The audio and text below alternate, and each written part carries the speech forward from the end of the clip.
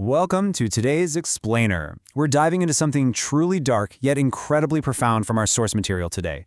We're exploring a highly unusual spiritual narrative that completely flips how we think about karma, modern medicine, and, well, ultimate sacrifice. It's a gripping story of a soul's wild journey from committing literally unspeakable horrors to seeking redemption in the absolute last place you'd ever expect, a modern medical laboratory. The text hits us right out of the gate with this incredibly visceral first-person account. Listen to this. I could not breathe during the injection, dying instantly. I also carried heavy weights while running endlessly until my heart failed. Now, this isn't science fiction. According to the narrative, this is the direct, real-time experience of a modern lab rat going through horrific physical agony. But there's a massive, mind-bending twist to all this suffering. And that brings us to this profound paradox. Why on earth would an ancient soul voluntarily choose to endure the excruciating, day-in and day-out pain of a laboratory animal? The source text presents us with this gripping mystery.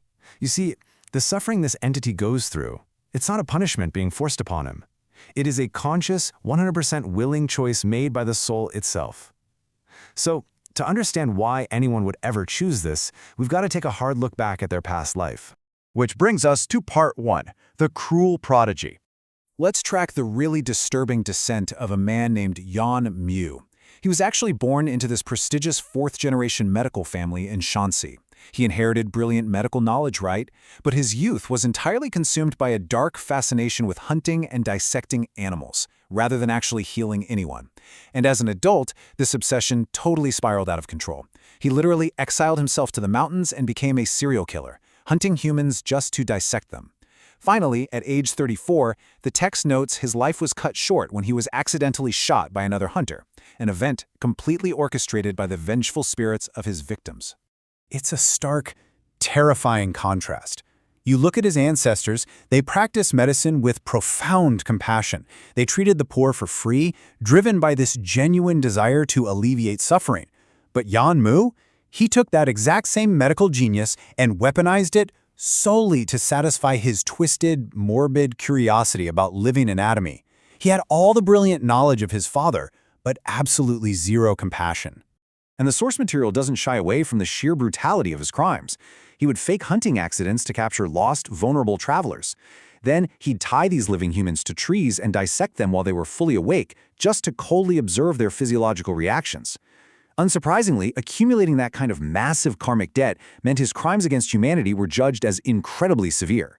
Upon his death, the Lord of the Underworld condemned him to immediate, horrific torture in hell, followed by reincarnations into the animal realm. All right, moving into part 2, the German Forest Epiphany. After enduring hell, the text explains his soul was reincarnated as a deer in Germany. And now he's living in this constant, hyper-vigilant terror, experiencing the exact same horror he used to inflict on his victims. But one day, while fleeing from human hunters, he stumbles upon a secluded cabin belonging to this dirty, kind of eccentric scientist. And looking at this man, amidst all this gruesome lab equipment, Yan Mu notices his intensely compassionate gaze. It absolutely shattered him. He suddenly realized the scientist was sacrificing animals, but doing it to save humanity from disease. In this moment of profound, earth-shattering clarity, the deer literally drops to its knees. The former killer finally understood the actual weight of a life, experiencing deep, genuine spiritual remorse. This quote right here is the major turning point. This was his ultimate vow to the heavens. I prayed to heaven for a chance to atone. I am willing to endure physical pain and sacrifice for human medical technology. It's incredible. It captures his total psychological surrender. He is basically begging for a way to convert his past, horrific sins into actual, tangible medical merit for humanity. Let's look at part 3, becoming the lab rat. So the Lord of the Underworld actually accepts his plea, allowing his soul to be reborn straight into the modern medical testing industry. But man, the reality of this is grim.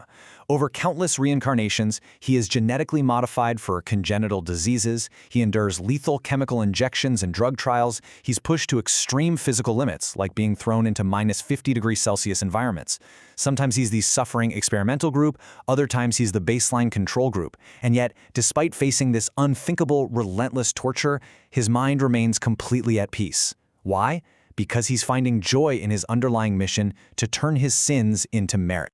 And that brings us to this absolutely crucial concept: merit, or Gong Day. Think of it as spiritual credit or karmic reward.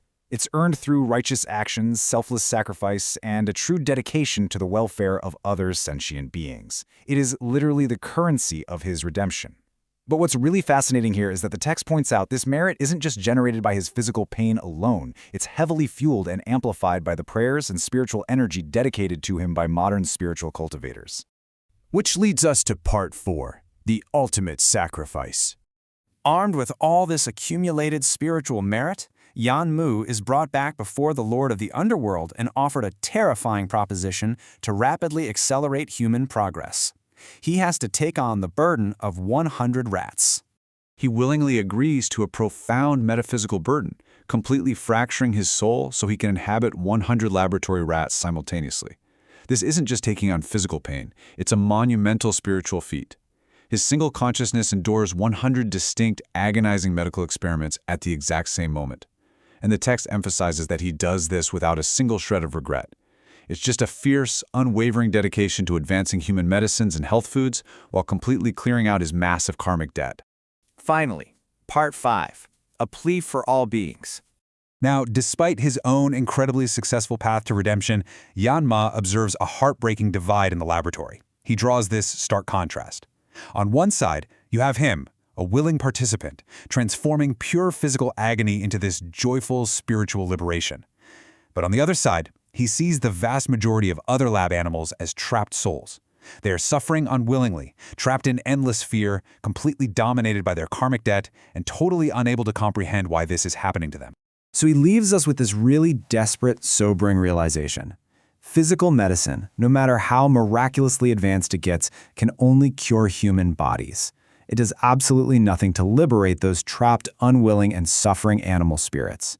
He actually pleads with spiritual practitioners to dedicate their prayers and their merit to these specific souls because science and physical sacrifice alone simply cannot save their spirits. So what does this all mean for us? It forces us to ask a really heavy question. When we take our medicine and benefit from scientific progress, do we ever pause to consider the invisible and perhaps even willing sacrifices made behind those closed laboratory doors? It leaves us reflecting on the true unseen cost of our everyday well-being and honestly, the extraordinary, mind-boggling lengths a soul might go to for redemption. Definitely something to think about.